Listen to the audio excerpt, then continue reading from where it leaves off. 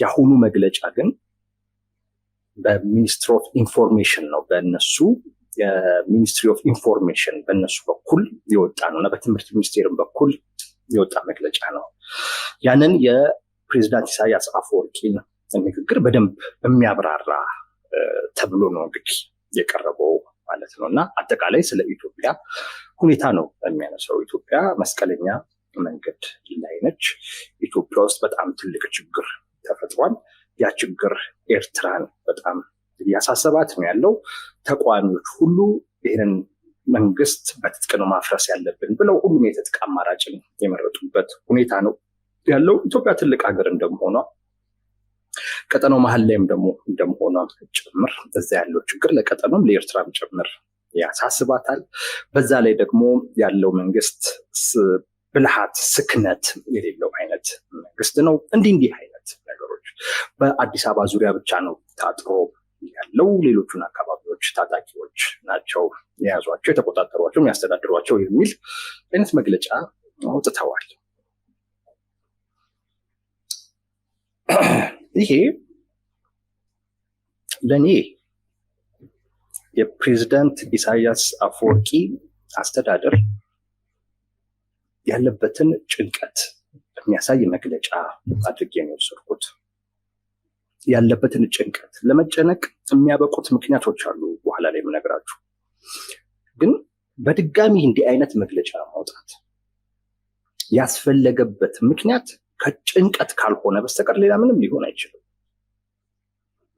ለምሳሌ ባለፈው ያተባለ በኢትዮጵያ መንግስት በኩል ምንም አይነት ምላሽ አልተሰጠም። እንደው ምናልባት የኤርትራ መንግስት ኢትዮጵያ የባህር በር መጠየቋን ያንን የባህር በር በኃይል ለማግኘት ፍላጎት አላት ብሎ አስቦ ከሆነ እና እሱ ረብሾት ከሆነ በዚህ ጉዳይ ላይ እርግጠኛ ማድረግ ስለሚያስፈልግ አንድ የኤርትራን መንግስት፣ ሁለት ሌላም በዚህ የኢትዮጵያን መንግስት የሚጠረጥር አካል ካለ ለነዛም ደግሞ ዋስትና ለመስጠት በኃይል የባህር በር ማግኘት እንደማንፈልግ ማረጋገጥ ስለሚያስፈልግ በሚል ኢትዮጵያ በዲፕሎማሲያዊ መንገድ በህጋዊ መንገድ ፍትሃዊ ጥያቄዋን አቅርባ ለማግኘት እንደምትሞክር ከዛ ውጪ ግን ሌላ አማራጭ እንደማትወስድ ሊያረጋግጥ የሚችል ነገር ተናግረው ነበረ የውጭ ጉዳይ ሚኒስቴሩ ቃል አቀባይ። ምናልባት ያ ትንሽ ረፍት የሚሰጥ ከሆነ በሚል ከዛ ውጪ ላለው ነገር ምንም አይነት ምላሽ አንሰጥም በሚል ነበር የተወሰደው። ተመልሶ እንደገና የኢትዮጵያን ውስጣዊ ጉዳይ የኛው ሀገር ተቃዋሚዎች የሚሉትን እሱን አንድ መግለጫ አድርጎ አውጥቶ አሁንም ሌላ ችግር መፍጠር ለምን እንዳስፈለገ ግራ ነው የሚገባው። ምንድን ነው ምክንያቱ? ለምን አስፈለገ? ይሄ ሁለተኛው መግለጫ ለምን አስፈለገ? ጭንቀት ነው። ኦፍኮርስ ሊያሳስብ ይችላል ችግር ካለ። አሁን ለምሳሌ እኛም ብንሆን ኤርትራ ውስጥ ያለ ጉዳይ ሊያሳስበን ይችላል። ሱዳን ውስጥ ያለ ጉዳይ ሊያሳስበን ይችላል።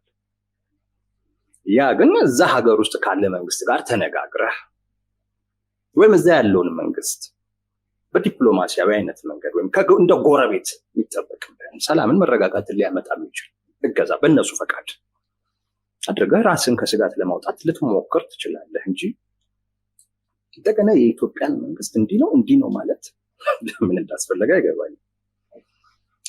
ሌላው ጭንቀት ነው በምልበት አንደኛው ምክንያት ከኢሳያስ አፈወርቂ ንግግር ጋር ደግሞ የሚጋጭ ነው። ኢሳያስ አፈወርቂ ንግግር የኢትዮጵያ መንግስት ብዙ ገንዘብ እያወጣ እየታጠቀ እንደሆነ እና በዛ አይነት በወታደራዊ ሁኔታ አይነት ጠንካራ ለመሆን ራሱን እያዘጋጀ እንደሆነ ነው የተናገሩት።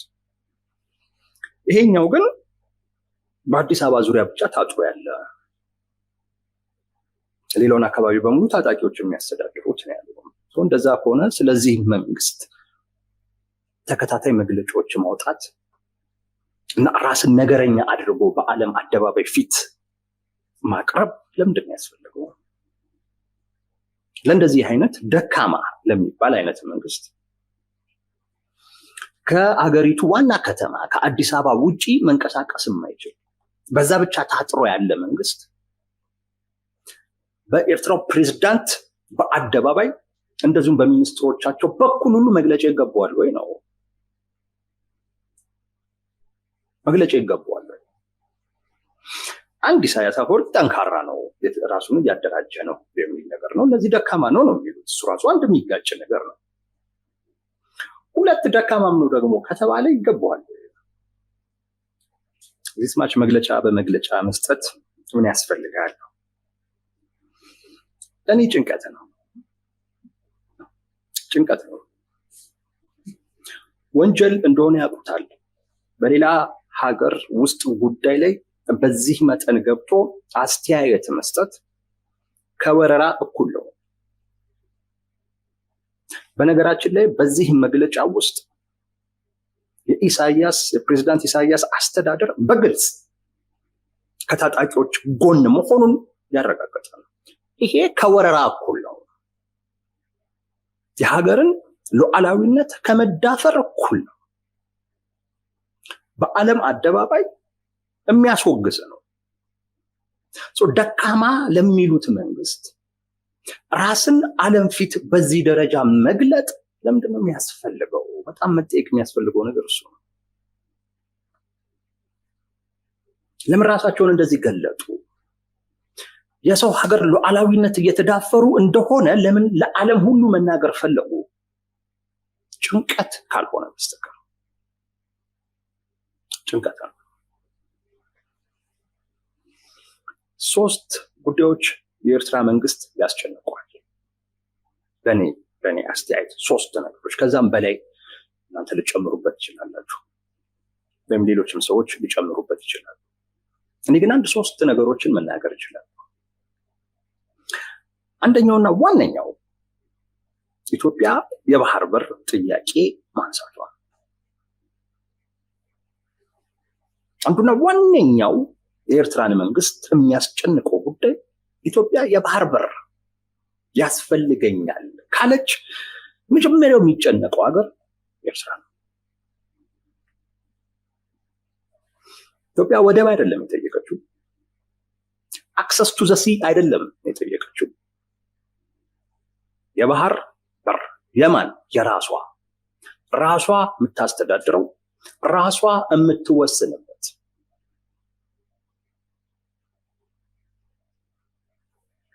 ይሄ ጥያቄ በራሱ መጠየቁ ሌላ ጥያቄ ይፈጥራል። ያም ኢትዮጵያ እንዴት የራሷ የሆነ የባህር በር ልታገኝ ትችላለች? ጅቡቲ አካባቢ ሲፈለግ የራስ ሊሆን የሚችል ነገር የለም፣ ሌሎች አካባቢ ላይ የለም። ኤርትራ ላይ ግን ኢትዮጵያ የራሷ የሆነ የባህር በር ማግኘት የምትችልበት እድል አለ።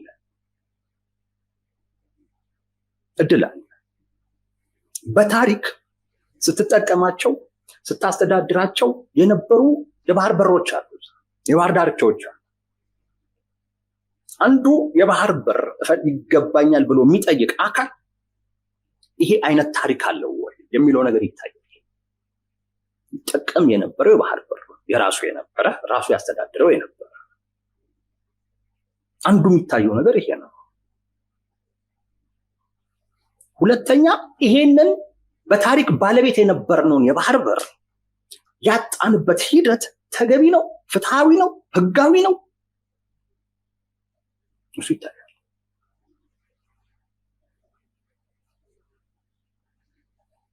እዚህም ላይ ክፍተት አለ። ኤርትራ ከኢትዮጵያ የተገነጠለችበት መንገድ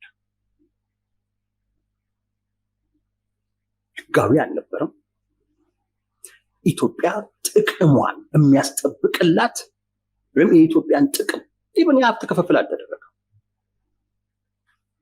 የሀብት ክፍፍል ኤርትራ በኢትዮጵያውያን ሀብት ነው በአብዛኛው የተገነባቸው። ያን ሁሉ መጠየቅ እንችላለን። እሱ ሁሉ አልተነሳም። አብኖች እንደሚሉት ፍቺ አልተፈጸመም።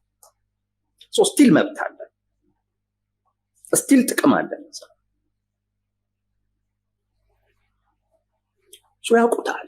የባህር በር ጥያቄ ኢትዮጵያ ማንሳት ከጀመረች፣ የባህር በር ያስፈልገኛል ማለት መፈለግ ከጀመረች፣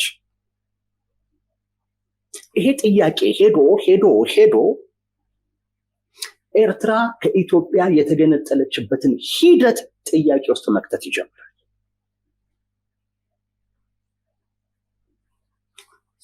የባህር በር አይደለም ያን ኢትዮጵያ የምትጠይቀው፣ ራሷ ኤርትራ ነው የምትጠይቀው። ራሷ ኤርትራ። ይሄ ያስጨንቃል። እነዚህ ሰዎች የባህር በር መፈለግ ከጀመሩ የኛ ሉዓላዊነት ይሄ 34 ዓመት ምናምን እያለን የምናከብረው ነፃነት የሚባል ነገር አደጋ ውስጥ ነው። ራሳችንን ክሌም ያደርጋሉ፣ ራሳችንን ይጠይቃል። ያ ደግሞ ትልቅ ባርጌኒንግ ፓወር ይፈጥርላቸዋል። የመደራደር ሙሉ ኤርትራን ክሌም እናርግ ወይንስ የባህር በሩ ትሰጡናላችሁ? እዚህ ሁሉ ድረስ ሜዳ አያስፈልግም ነበር። ደህና መንግስት ቢሆን እውነት ለመናገር የማይጠቀሙት የባህር በር ነው። አንድን ህዝብ ለሁለት ከፍለው ኢትዮጵያ ኢፍትሃዊ በሆነ አይነት መንገድ ባህር አልባ እንድትሆን ያደረጉበት፣ እሱን መቀልበስ ከባድ ነበር። ግን ዞሮ ዞሮ ይሄ ያስጨንቃቸው። ሌላው የላኪዎቻቸው ከዚሁ ጋር በተያያዘ የላኪዎቻቸው ተልእኮ ራሱ ያስጨንቃል። የኤርትራ መንግስት ሻዕቢያ በኢትዮጵያ ላይ አንድ ተልእኮ አለው፣ ከውጭ ኃይሎች የተቀበለው። ኢትዮጵያ ወደ ባህር መድረስ የለባትም። ይሄን ተልእኮ ከአንዴም ሁለት ጊዜ በቅርብ ጊዜ ውስጥ አድሶት አደባባይ ላይ ተናግረውታል። ከየትም አካባቢ እየመጡ ወታደራዊ ካምፕ ባህሩ ዳርቻ ላይ የሚመሰርቱበት አካባቢ ላይ የአካባቢው ግን ከባህር ጋር የማይገናኙ ሀገራቶች በቀይ ባህር ጉዳይ ላይ ሊወስኑ አይገባም፣ ወደዛ መቅረብም የለባቸውም የሚል ስምምነት ከአንዴም ሁለት ጊዜ መንግስት አድርጓል። ይህ ተልእኮ ነው። ኢትዮጵያ የባህር በር መፈለግ ስትጀምር ይሄን ተልእኮ የመወጣት ግዴታ ያለበት አካል ይጨነቃል።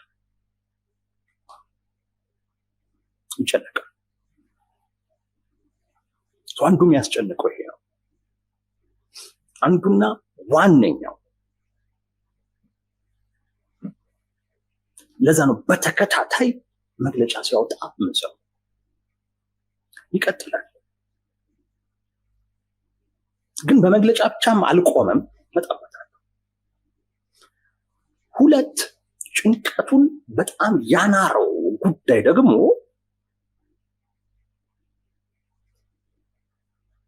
ይሄንን የኢትዮጵያን ፍላጎት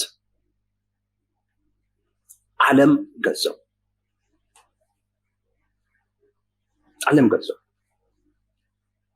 አንድም ፌር ስለሆነ፣ እንዴት ትልቅ ሀገር ትልቅ ህዝብ የማደግ ፍላጎት ያለው ባያድግ የባህር በር ባያገኝ ሊፈጠር ከሚችለው ሁኔታ አንጻር አይተው ነው ፌር አይደለም። ይሄ ህዝብ ይሄ ሀገር ከባህር በቅርብ ርቀት እየተገኘ ግን የባህር በር ተጠቃሚ አለመሆኑ ፌር አይደለም። ስለዚህም በትርፍ እያለቀ ይሄ የባህር ዳርቻው ተጨናንቆ ቢሆን ኦኬ እንጂም ተቀድማችኋልም ልንባል እንችላለን። በትርፍ ራሳችን አዲስ አለመተን እንጠቀም እኮ ነው። እና ትንሽዬ በቃ ማኩረፊያ እንኳን የምትሆነን እንጂ እኮ የሚጠቅመን እኮ አይደለም ዛትማችን። ግን ሌላ አካባቢ ላይ ቅር እንኳን ሲለን ምናኮርፍባት ማለት ነው።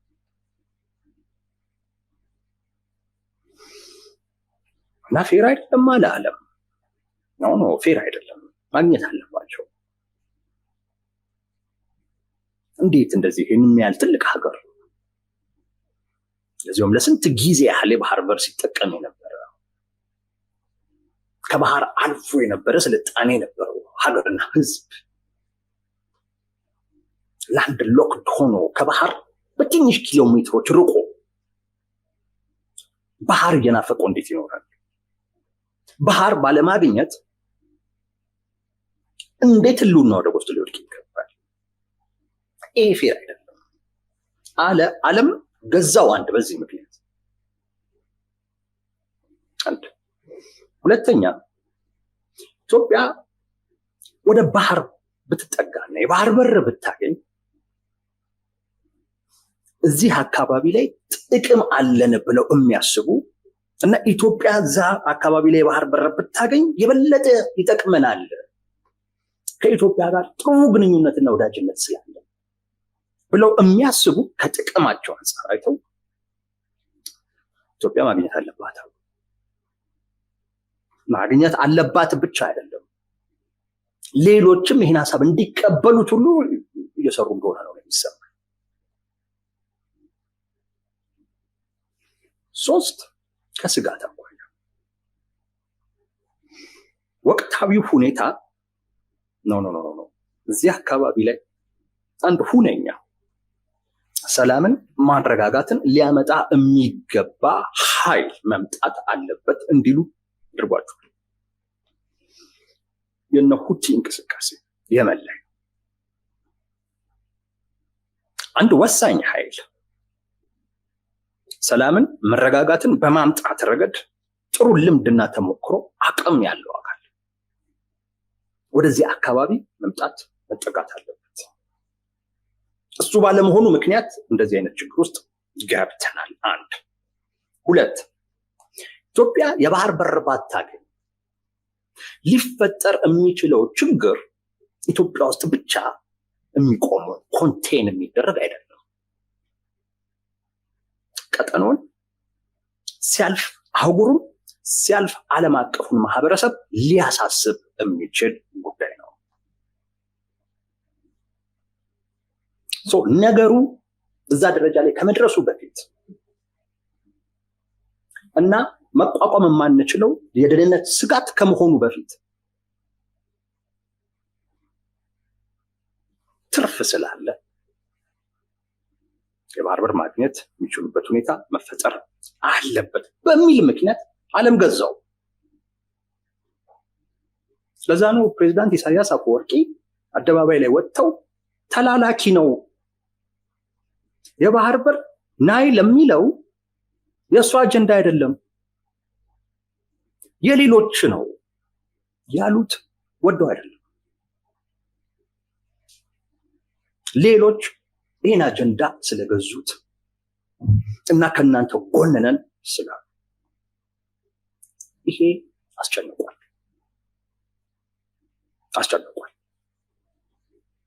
ተመልከቱ፣ የባህር በር አንስተናል።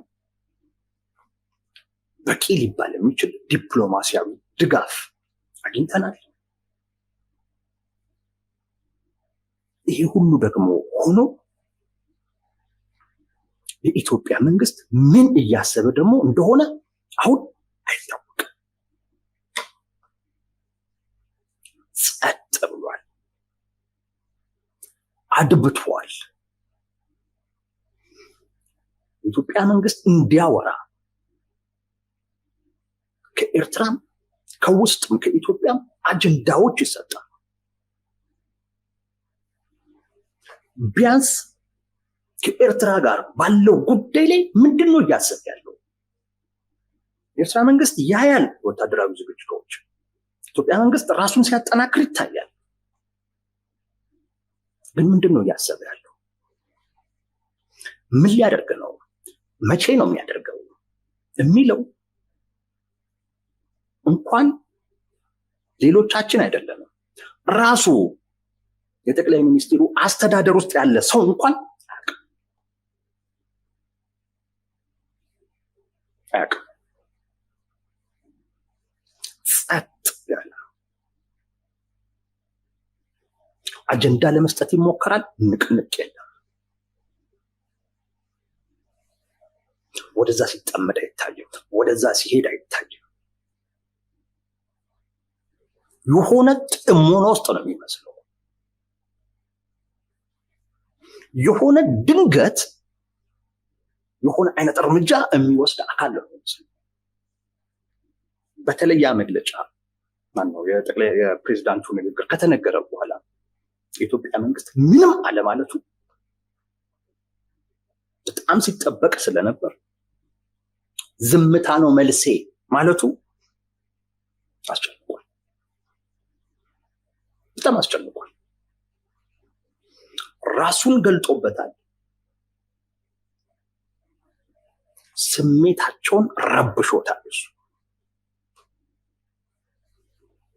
ረብሾታል። አንድ በራስ መተማመኑን ያሳያል። አንድ አካል በተለይ የጠቅላይ ሚኒስትሩ አስተዳደር ብዙ ጊዜ የሚባለው ደካማ ነው ነው የሚባለው። ሁሉም ተቋሚ እንደዛ ነው የሚለው። የፕሬዚዳንት ኢሳያስ አስተዳደርም ደካማ ነው እያለ ነው ያለው። ደካማ መንግስት እንደዚህ አይነት አጀንዳ ከሌላ ሀገር መንግስት ሲሰጠው ዝም ካለ እንደ ፍርሃት ነው እኮ የሚቆጥረው። እውነት ይሄ መንግስት ደካማ ቢሆን እንደፈራው ስለሚቆጠርብኝ ብሎ ያን ድክመት ያን ክፍተት ለመሸፈን አደባባይ ላይ ወጥቶ ዘራፊ ነው፣ አካኪ ዘራፊ ነው፣ ያዙ ሊቀቁኝ ነበር። ያን ድክመት ለመሸፈን እንተያያለን እንዲህ ሲል ይታያል። ውስጥ ላይ ከፍተኛ የተቆሙ እንቅስቃሴ ይላል። ያን የትጥቅ እንቅስቃሴ ከተማ ውስጥ ለማምጣት ከፍተኛ ጥረት እየተደረገ ማለት በህዝባዊ ቢተኝነትም የህዝብ አመጽ በመቀስቀስ ከፍተኛ ጥረት እየተደረገ እንደገና የኤርትራ መንግስት ደግሞ ከፒኤልኤፍ ጋር ያለው ውጥረት እንደገና የኤርትራ መንግስት ደግሞ የጦርነት አዋጅ ሲያውጅ ዝም። ይሄ ይረብሻል። እውነቴን ነው የምላችሁ፣ በጣም ነው የሚረብሸው። ምንም አለማወቅ ይረብሻል። ሊያጠቃኝ ነው ብለህ የምታስበው አካል እሱን በሚመለከት ምንም ነገር አለማወቅ፣ ከዛ ሰው ምንም ነገር አለመስማት ይጨንቃል፣ ይጨንቃል። የሆነ ነገር እንኳን ተፈጥሮ እንኳን ቢነገረው ደስ ይለዋል። ያ አካል እንዳይዘጋጅም ማለት በቃ ነገሩን እንዳይገምተው፣ የሚመጣውን ነገር መጠኑን እንዳይገምት፣ ኢቭን ጊዜውን እንዳይገምት፣ በቃ ምንም አለማወቅ። አስባችሁታል? ምንም አለማወቅ። ነግሬያችኋለሁ። የጠቅላይ ሚኒስቴሩ አስተዳደር ውስጥ ራሱ ጸጥ ያለ ጉዳይ ነው። በኤርትራ ጉዳይ ላይ ምን እንደታሰበ ማንም አያውቅም። ጠቅላይ ሚኒስቴሩና ምናልባት በሳቸው ሰርክል ውስጥ ካሉ ጥቂት ሰዎች በስተቀር ማንም አያውቅም። በደህንነትም በስለላም ምንም ማወቅ አልተቻለም።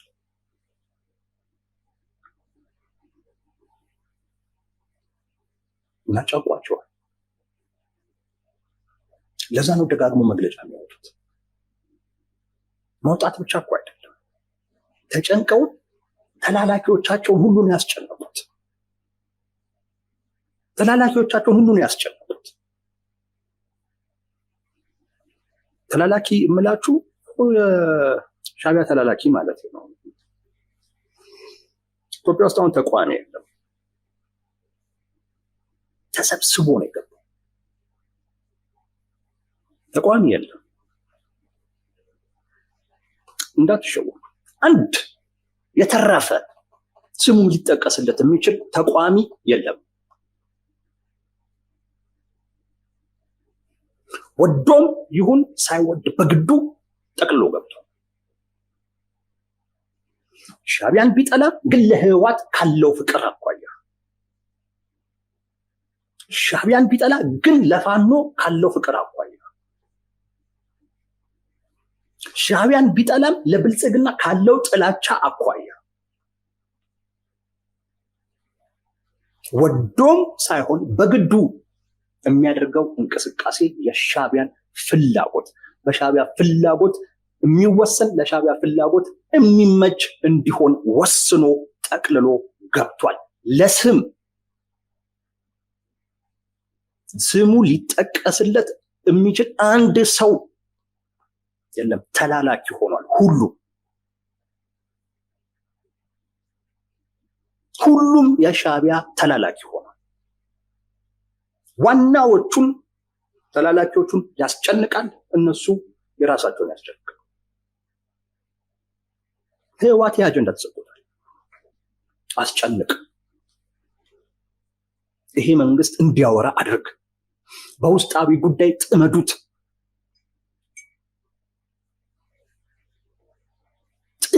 ሚዲያው በሙሉ እኛ ላይ ትኩረት ነው ያደረገው።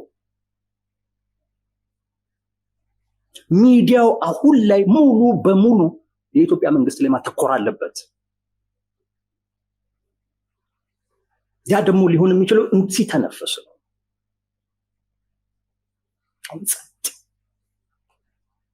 መንግስት አጀንዳ እየሰጠ አይደለም።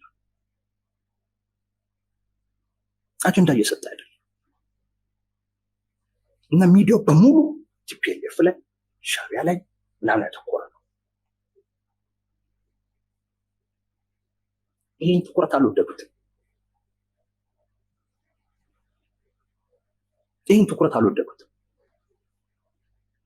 ደግሞ በበጎም ደግሞ አይደለም ትኩረቱ፣ ድክመታቸው ላይ ምናቸው ላይ ያተኮረ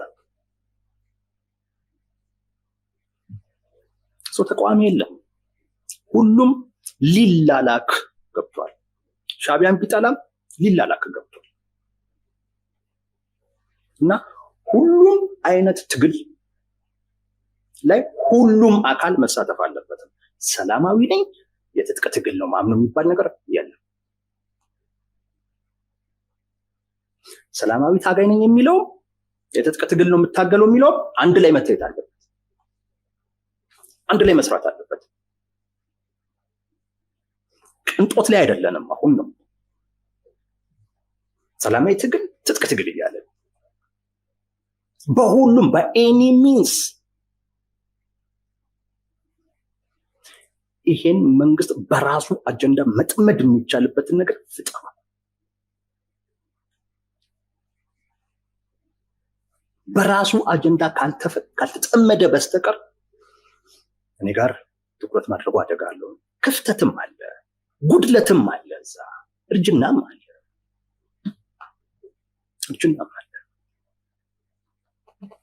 ናቹራል ነው። ሰው ሲያረጅ በአብዛኛው አእምሮዎቹ ወይም አእምሮ የሚያብሰለስለው ሪስክን ነው፣ ስጋትን ነው፣ ፍርሃትን ነው። ኦፖርቹኒቲን አያየም። ለዛ ነው በእድሜ ትልልቅ የሆኑ ሰዎች ለመወሰን በጣም ይቸገራሉ። ለምን? ስጋት ላይ ስለሚያተኩሩ፣ ፍርሃታቸው ስለሆነ አእምሯቸውን የሚቆጣጠር። ወጣት ጎረምሳ ቶሎ ነው የሚወስነው። ለምን? የሚታየው ኦፖርቹኒቲ ጥቅሙ ነው የሚታየው። ልክ ሲገባ ፌል ሲያደርግ አሃ ችግር አለ ለካ እያለ በዛ ሂደት ነው ፍርሃቱን ስጋቱን ወደ ማሰብ ኦሪጅን ነው። እዛም ያለው ጉድለት እዛም ያለው ክፍተት ሌላ ጭንቀት ነው። ይሄ ጭራሽ ደግሞ እንዲህ አይነት ነገር ተፈጥሮ ስለዚህ የምን ሰላማዊ ትግል ለምን ምናምን እንደዚህ አይነት ቅንጦት የለም። ግባ አንድ ላይ ይህን መንግስት ጥመድ አጧጡፉ። ሞራል ምናምን የሚባል ነገር የለም።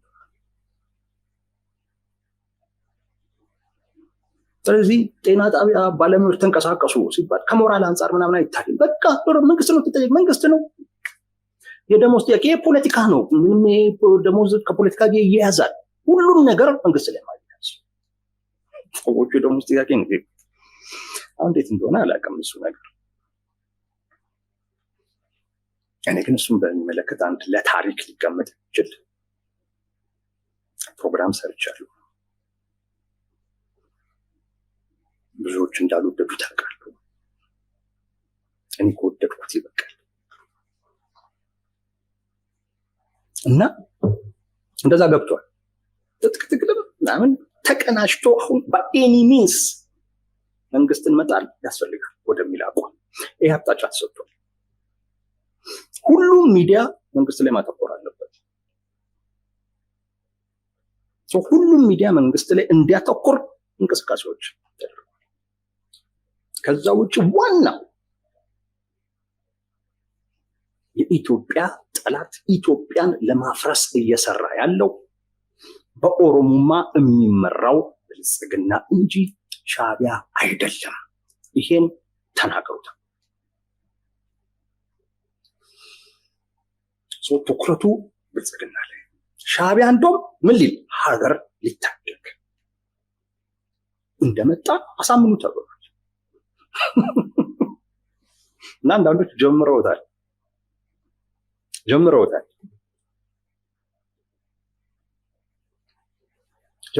አንዳንዶቹ። እና ኢትዮጵያውያንን ምን ብሎ ሊያሳምኑ ነው? እንደው ብልጽግና የኢትዮጵያ ፈላጭ ቆራጭ ነው። የፈለገውን ያደርጋል። ፈለገ ተቃውሞ ቢበዛ ጩኸት ነው ብሎ አንድ ቀን ሊያደርግ የፈለገውን ተከልክሎ አያውቅም። ሊያደርግ የፈለገውን ነገር ያደርጋል። ለምን ኢትዮጵያን ያፈርሳል? ፍላጎት ውስጥ ካለው ማን ያዘው? ይህንን መመለስ መቻል አለባቸው። ማን ያዘው? ማን ከለከለው? አሁን እነሱ ሻዕቢያ ኢትዮጵያን ሊያድን እንደሆነ ሊነግሩ ነው። የኢትዮጵያ ሕዝብ ግን እንዴት እንደሚሰማቸው ያውቃል። ሀገራችሁ እንድትፈርስ ከሻዕቢያ ጋር ተባበሩ እያሉ ነው። ትግራይ እንድትገነጠል ከቲፒኤልኤፍ ጋር ተባበሩ እያሉን ነው። እሱን እያሉን ነው። አይናቸውን በጨው አጥበው ቲፒኤልኤፍ ፍላጎቱ ሀገር መመስረት መሆኑን ደጋግመው እየተናገረ ግን ከቲፒኤልኤፍ ጎን እንድንቆም ይነግሩናል። ለምን? ትግራይን ሀገር ምን አገባን እኛ? ብንችል እንዳይሆኑ ማድረግ ነው። ከኛ ጋር እንዲቀጥሉ ማድረግ ነው። ችግር ካለም ችግሩን ለመፍታት መሞከር ነው። አይ ከተባለም እኛ ምን አገባን? እንዴት የዚህ ታሪክ አካል እንሆናለን?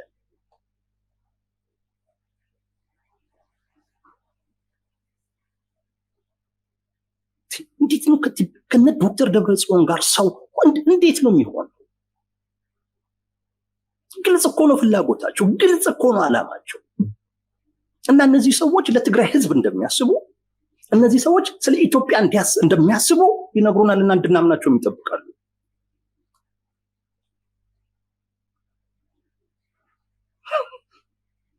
ግን እነ ዶክተር ደብረጽዮን ፈጣሪ ይስጣቸው አይዋሹ። ፍላጎታቸው በግልጽ ነው የሚናገሩት። ከኤርትራም ጋር ሲገናኙ በኋላ ነግራችኋለሁ፣ ማን እንደተገናኘ ነግራችኋለሁ። ሲገናኙ አይደብቁም። ያው የሆነች ለሰላም ነው ምናምን ይላሉ እንጂ ግንኙነት እንዳላቸው አይደብቁም። አንዳንዶቹ ግን እንድንደግፋቸው፣ ልክ እንደሆኑ እንድናስብ፣ እንድንረዳቸው ይጠይቁናል፣ ይነግሩናል። ከዛም ባለፈ አንዳንዶቹ ድፍረትስ የሚገርም ነው። ኤኒዌይስ ሻዕቢያ ኢትዮጵያን የሚያድን ብልጽግና ኢትዮጵያን የሚያፈርስ እንደሆነ የኢትዮጵያ ሕዝብ ማመን አለበት ተብሎ ይኸው ወጥተው እየነገሩ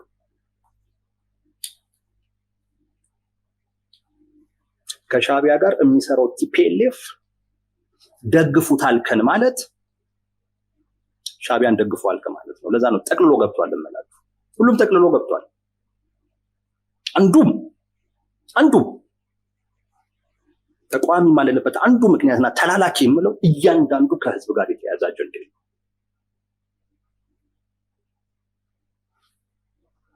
ቢያንስ ህዝብ የመጀመሪያው ፍላጎቱ ሀገር ነው።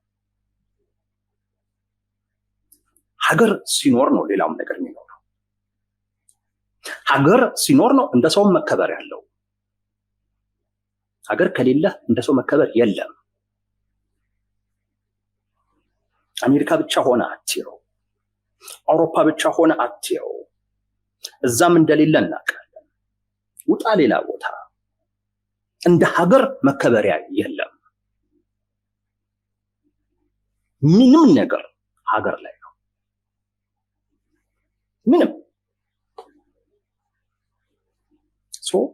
የህዝብ አጀንዳ አለኝ የሚል አንድ አካል እያንዳንዱ እንቅስቃሴውን እያንዳንዱ ግንኙነቱን ሀገር ያኖራል ወይንስ አያኖርም ብሎ ይገመግማል። ቢያንስ በሀገር ቁማር አይጫወትም። ከተጫወተም ሊደገፍ አይገባውም። የህዝብ አጀንዳ የለውም ነው የሚባለው። የላቸውም። ተላላኪ ነው የምላቸው ለዚህ ነው። ጠቅልሎ ነው የገባው ሁሉም። በዚህም በኩል እንደዚሁ ነው፣ ጠቅልሎ ነው የገባው። ግን ቢያንስ ይሄ ሀገር ለማዳን ነው። ቢያንስ ይሄ ከኢትዮጵያዊ ጋር ነው። ቢያንስ ይሄ ሀገር እንድትቀጥል ነው። ያ ግን ሀገር ለማፍረስ ምርጫም የለም። ያ ጠቅልሎ ሲገባ መሀል ላይ የሚባል ነገር የለም። የሀገርን ህልውና አደጋ ውስጥ ሊከት የሚችል ጦርነት ፊት ለፊት መጥቶ ቢያንስ እሱን በሚመለከት ነው ምልህ እንዲም አትል።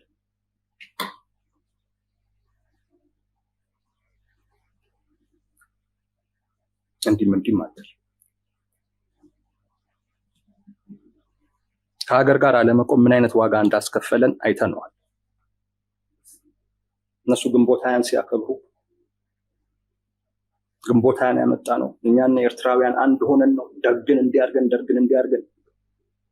ደርግ ግን ከጎኑ የሚቆም ስላልነበረ ነው የራሱም ችግሮች አሉት። ግን ችግር ቢኖርም በሀገር ህልውና ተደራድረህ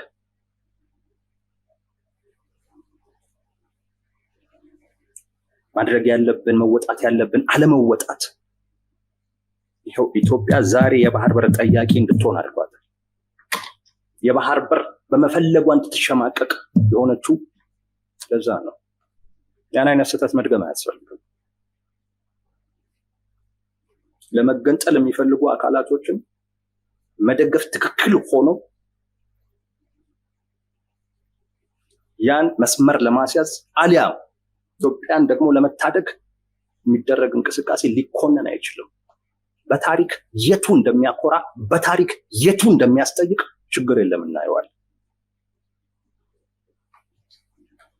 ደሞም አይተነዋል።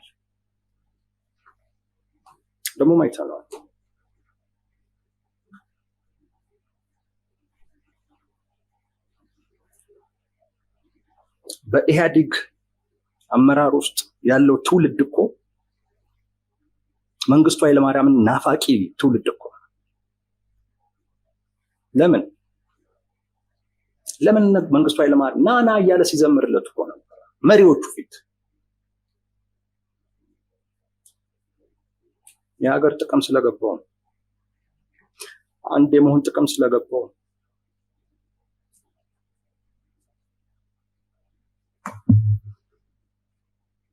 እና ሀገር ሊመሰረቱ እየተንቀሳቀሱ ሀገር ሊያፈርሱ እየተንቀሳቀሱ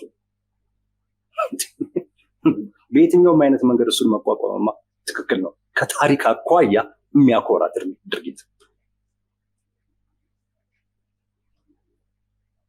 ኤኒዌይስ ይሄ የኢሳያስ አስተዳደር ተጨንቆ ሌላውንም አስጨንቆ ጠቅላላ ተቋሚ ነኝ ሲል የነበረው ጠቅልሎ ተላላኪ ሆኗል። ውጤቱ ምን ይሆናል ግልጽ ነው። ኢትዮጵያውያን እውነቴን ነው እምላችሁ